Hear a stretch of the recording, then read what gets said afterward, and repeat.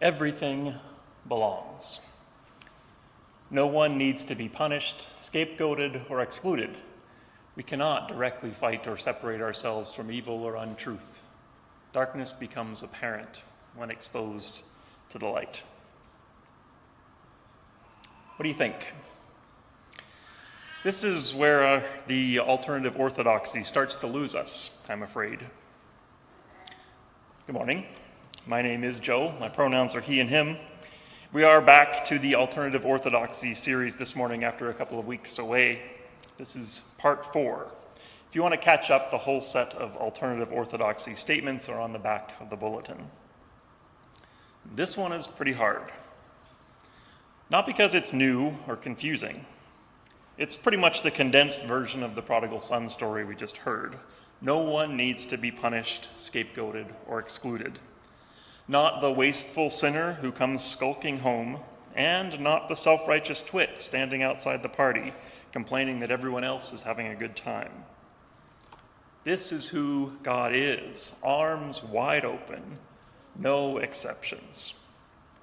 I think we get that, we say that, we understand it, we just find it hard to believe. In two very different directions.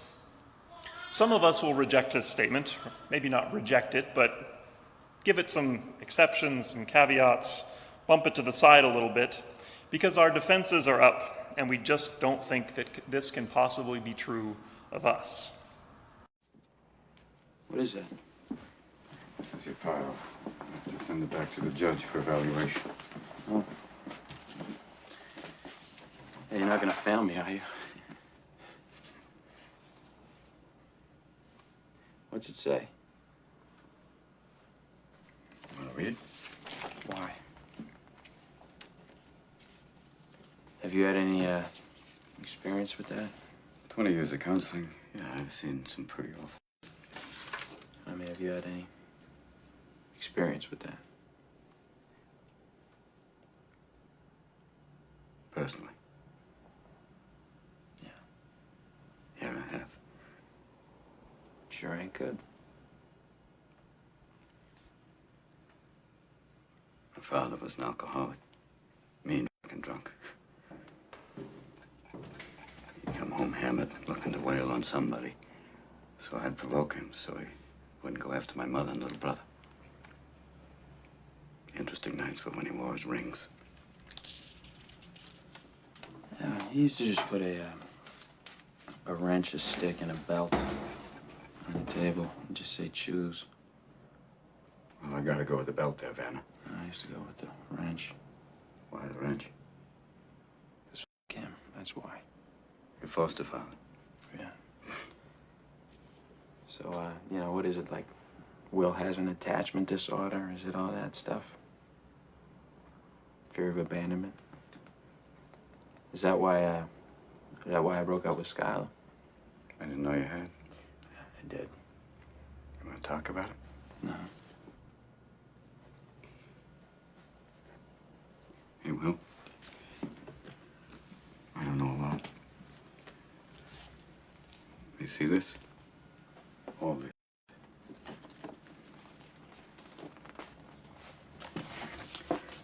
This is not your fault.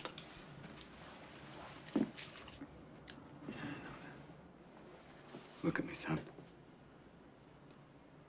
It's not your fault. I know. It's not your fault. I know. No, you don't. It's not your fault. I know. It's not your fault. All right. It's not your fault. It's not your fault. Don't fuck with me. It's not your fault. Don't f*** with me, all right? Don't f*** with me, Sean, not you. It's not your fault.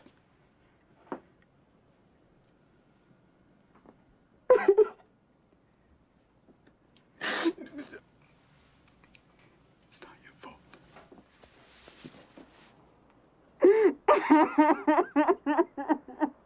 Oh my God. Oh my God, I'm so sorry.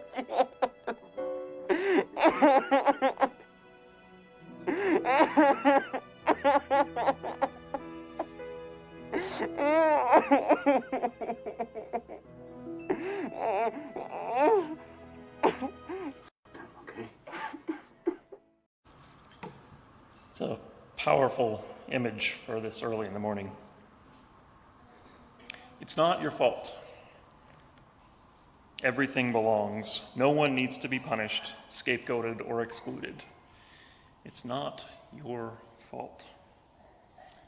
This applies to you. You don't need to be punished. Your sins, sins of everyone else, are not on your head. You are not now and never will be excluded from the circle of God's love. Of course, I can't preach this into you. You'll never be convinced of it because I say it. Although I do hope that we say it often enough around here that the words at least sound familiar to you. You believe that I believe that about you. But words aren't enough. You have to discover this truth about yourself for yourself. But that's the sermon, beginning, middle, and end. It's not your fault. I suspect that if we fully bought into that one, the second half, the rest of what I'm going to say, wouldn't actually be necessary. But I have also spent a lot of time stuck on this second part as well, so maybe some of you do too. The second half is that no one needs to be punished, scapegoated, or excluded, and that actually applies to everyone else too. And by everyone, I mean, those people. You know the ones. I think most of us have a model, something like this, somewhere in our heads. Good and evil on the one axis, and self and others on the other one. And I put myself probably here most of the time. There are parts of me that are over here in the, well, not exactly evil category, but I am flawed, broken, sinful, selfish, stupid, whatever the words in my head choose to whisper on any given day. But yeah, I live over here probably. Decent guy. And most other people are as well. We're on the good side. But not everyone. Some people are down here. I'm going to have to put terrorists there, oligarchs, autocrats, pedophiles, assorted a bunch of other, let's call them deplorables over there. You can make your own list of people who belong on the dark side, I'm sure. And the further down the list we go, the further away from the self they get into the others category, the easier it is to push those others away into the evil side. Got to keep a safe distance, obviously. So the whole project here is morality. This is meant to move people and behaviors to the good side of the board. We invite, we persuade, we judge and punish the dark side in order to promote and protect the light side. It's not a perfect system, but the sum total is more good than bad, we hope. The only problem with it is it doesn't actually work that way. As Father Greg Boyle puts it, morality has never kept us moral. It's just kept us from each other. That's the prodigal son story again. The one playing by the rules is the older brother. His behavior, he belongs here. He is good. He's convinced that his brother's behavior, well, that's obviously over here in the evil, bad, dark category. But God the Father says that this distance is an illusion. The younger brother belongs. It's the older brother that has moved away from him because of this very thing. This morality has come between them. The older brother has left the house. Everything belongs. No one needs to be punished, scapegoated, or excluded. This whole system is unhelpful and unnecessary. It's actually creating the separation. It's actually creating the conditions that it's supposed to be working against. This is not a new idea. This is actually the core of the Christian gospel. The Apostle Paul, Romans 5, the law, this system of morality, the law was brought in so that the trespass might increase. But where sin increased, grace increased all the more. The law, this good thing as we see it, the dividing of good and evil, actually created the sinfulness that it condemned. As the Message translation puts it, all that passing laws against sin did was produce more lawbreakers. But sin didn't and doesn't have a chance in competition with the aggressive forgiveness we call grace. When it's sin versus grace, grace wins hands down. All sin can do is threaten us with death, and that's the end of it. Grace, because God is putting everything together again through the Messiah, invites us into life, a life that goes on and on and on, world without end. All this system of morality does is create more lawbreakers. It doesn't make us more moral, it only separates us.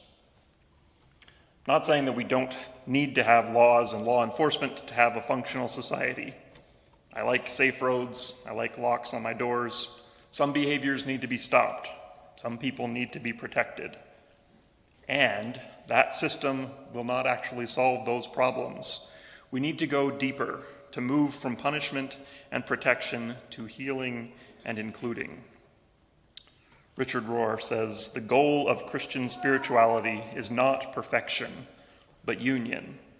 It's not a game of elimination. We're not trying to change or get rid of bad behaviors or bad people.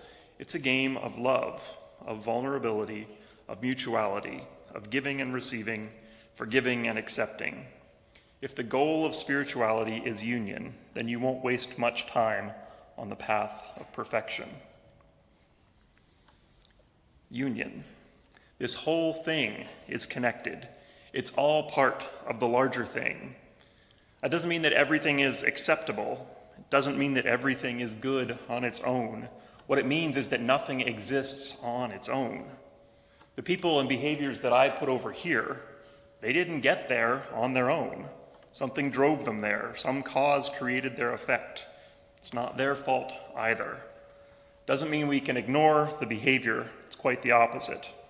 As Father Greg Boyle says, we need to learn to pay attention to the thorn underneath. We stop punishing the wound and start healing it. Some of you have probably heard of Father Boyle and Homeboy Industries in Los Angeles. And yeah, apparently I do have a thing for bald, bearded Catholic priests these days. Homeboy Industries is run by former gang members and recently incarcerated people. They create jobs and training and give them a supportive community. It's the largest gang rehabilitation and re-entry program in the world. You may have heard of Greg Boyle through his book, Tattoos on the Heart, The Power of Boundless Compassion. We're going to listen to him talking about the foundations of Homeboy Industries on the podcast, Jesuitical. Well, the kind of essential principles around here is that we belong to each other, and every single person is unshakably good. And so there is no need to sever belonging. There's no need to say, you're in and you're out. One day you might be in, but you need to change your behavior. No, everybody belongs. So you try to create a community of kinship such that God might recognize it, and you try to, announce this message that nobody is outside the circle of compassion. And so you're trying to obliterate once and for all the illusion that we're separate, that there's an us and a them, and we don't want that. Which is kind of a key, I think, to solving life as we know it. How can we really get to a place where we draw our family circle wider? Yeah, moral compass is more than forgiveness or reconciliation. Moral compass does what the homies always talk about here. How do we find the thorn underneath? Here people behave badly all the time. I can look out in my office and I can identify, several folks who are, can be difficult and have started fights. And it's because they're in pain. It has nothing to do with morality. Morality has never kept us moral. It's just kept us from each other. So that's essential, because obviously, God doesn't share in our outrage. God only invites us to kinship and connection. How do you find the thorn underneath? How do you help each other? obviously people are in pain. And it's important to name things correctly. Otherwise, you get stuck in moral outrage, which is just self-congratulatory. It feels good. It feels like it's on the right path, but it just isn't. It's a block to moral compass where we can get underneath. What, around here, every gang member who works here as a senior staff knows that behavior is a language, and so they always want to know, well, what's that language speaking? What is that behavior indicating? They just fought right now. So what does that mean? And where is that coming from? And what wound and injury needs our attention? Now that is how God sees. Father Boyle talks about this larger circle as moral compass. Our sense of right and wrong remains. We have that imprinted on us, and we're working for good. And we do that not by separating ourselves from the wrongness, the shadow in ourselves and others, not by separating ourselves from it, but by tending to it, by listening to it, by including the wound in order to begin healing it. That's a sneak preview of the next tenet, which is all about embracing that shadow self. Greg Boyle says that it is obvious that God doesn't share our moral outrage. I don't think it's that obvious to everyone. Much of Christianity, ancient and modern, fully embraces this morality system. It's right there in the Bible, and we project this outrage and separation and the need for punishment and scapegoats onto God. I can't preach this into you either. That's okay. For today, I just want to raise the possibility. What if this were possible? What if this really is who God is, without exception, to you and everyone? What if the goal isn't perfection or even good behavior, but rather union and healing and connection? If it's true, it's not going to be easy or clean. You can read Father Boyle's books. This is not for the faint of heart. And yes, that is my go-to excuse for myself these days. It's not easy, but it is possible. Like I said, preaching isn't going to prove this to you.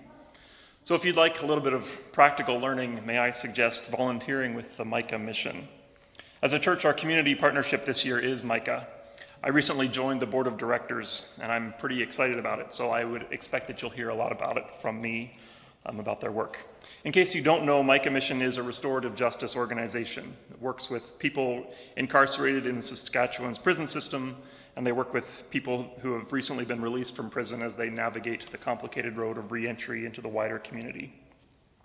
Micah coordinates a prison visitation program, P2P, person-to-person, and they organize circles of support and accountability for those who have committed sexual offenses.